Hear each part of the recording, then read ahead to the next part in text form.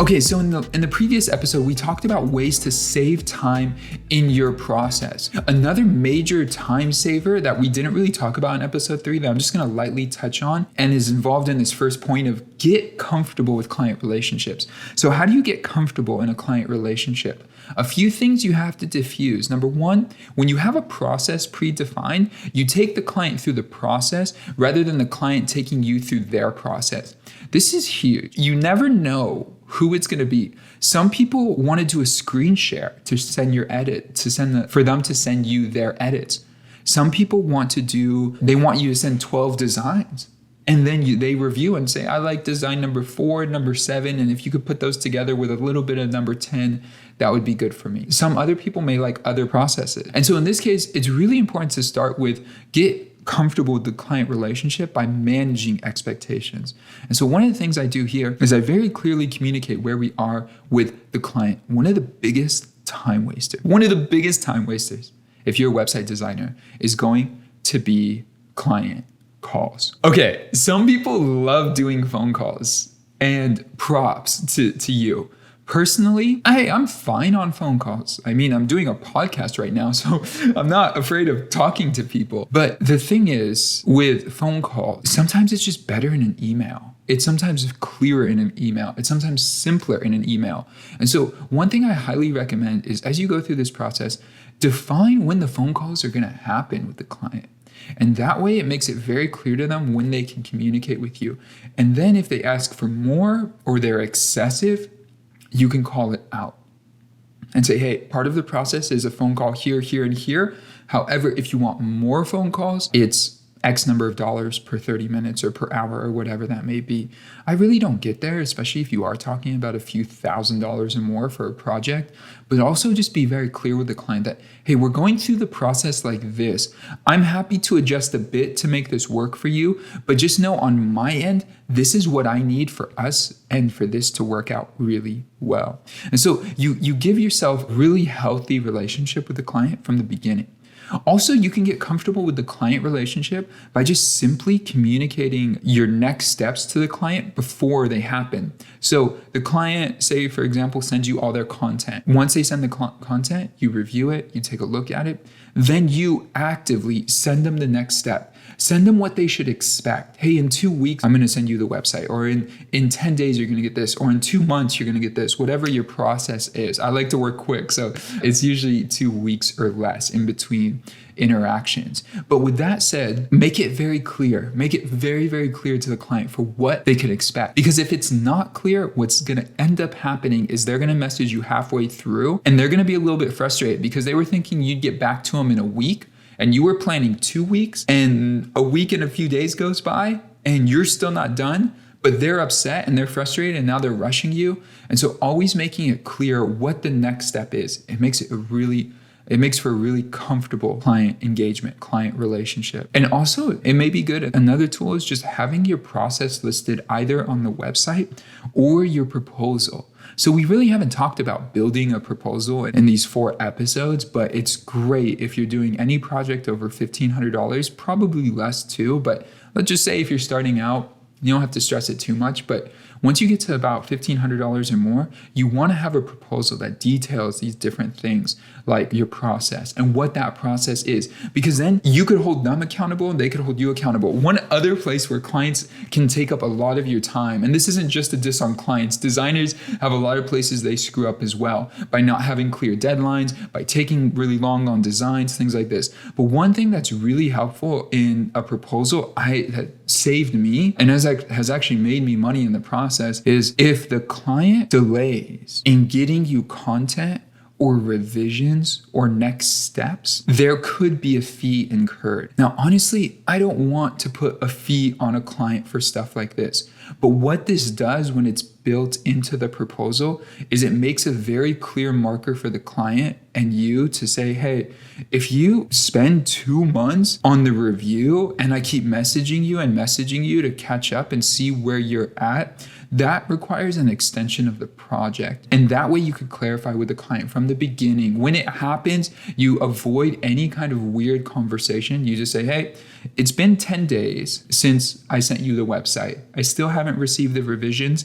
And in our process, in our proposal, we listed that we would get the revisions back in about a week. If you want to take another few days to review, that would be great. But by blah, blah, blah date, 2 weeks from that original send day, if I don't receive anything from you, I'm going to send you next steps then.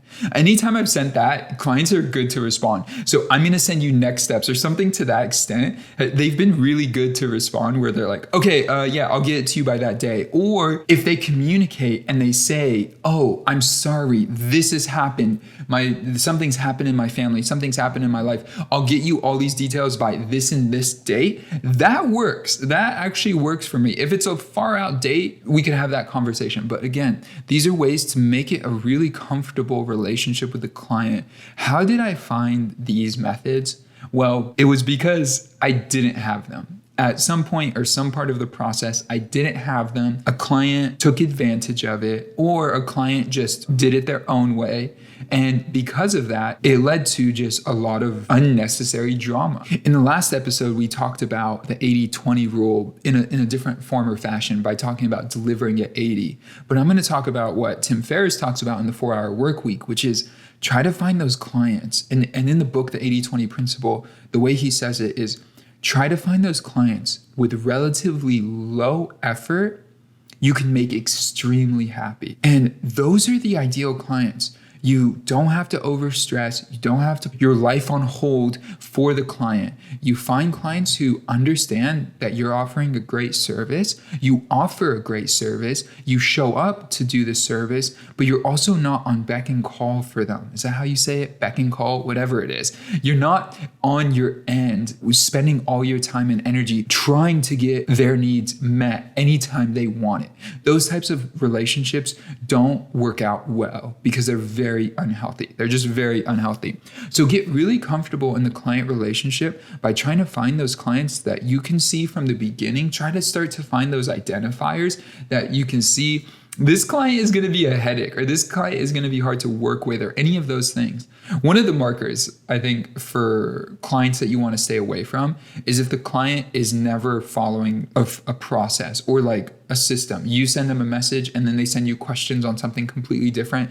Then you send them answers and then they send you questions on something completely different, but they don't really acknowledge what you're saying. And before you know it, you've said 10 things and it's not really working. Another one is if the client goes around and continues to, it's almost like an endless circle where you say, hey, can you put all your content in this document? And then they send you 7 documents out of nowhere that are cluttered and they're not even organized and they're all separate. And some have information from the other that have info from the other. It doesn't connect with what you're actually trying to accomplish. It's really confusing and you have to somehow wrap your head around that. The only time those types of clients I'm kind of like, I have a caveat for is if they are respectfully older, because sometimes technology is hard to use. And so I have like space for that. I have space for someone who I can understand they're asking for my help on building a website or help on any kind of digital service because they struggle with computers in the first place. So that totally makes sense to me. But being very clear of, hey, let's try to work this way and get the process done in this order, and we'll get you where you want to go. I'll make sure you're taken care of the whole way, but let's just try to follow this system as we go along. I remember I had this really, really nice older lady. She's in Hollywood or she's in Culver City. Her candles, she makes candles. Her family's been doing it for years. They've been making, I think, 3 generations. Their candles are in over like 700 movies. So I don't even know how you become that person, but apparently she is that person. And she was the nicest lady. She preferred to do things over the phone. She liked to do things over email here and there, but she preferred to do it over the phone. And she was working with another person that she's known for decades, and he was helping on the project. I was fine working with both of them. I had an understanding of what was happening. But when you have difficult ways to tell difficult clients, number one is if they're they're never really connecting with what you're saying. It almost feels like they're on their own planet. Number two is if they're not following the directions you give them, the process you give them. If they're starting to take everything and put it into their process, I've worked with some other firms, smaller firms and teams, where they take everything and put it through their process. And I'm not getting paid to go by your process. I'm getting paid to go by this process that we agreed to in the beginning. So if they start taking different formats, different parts of the process and making it their own and completely changing it, unless they're paying for it, then I'll work with it. But if they're not paying for it, we're working on this system. Thank you for watching. If you like this video, please like, subscribe, and hit that notification bell. And if you're looking for a specific tutorial, please check out our channel. And if you can't find it, let us know in the comments below. What do you need help with to develop your site to make it effective and better for all your users? Finally, sign up for our newsletter. Our newsletter is a great way to stay up to date with anything happening on Squarespace, new features, new tutorials that we post, new features for SEO or updates on SEO, any of that stuff that will help you be more effective. Our newsletter is a great way to stay connected with that as updates come. Anyway, thanks for watching, and I'll see you guys in the next video. Peace.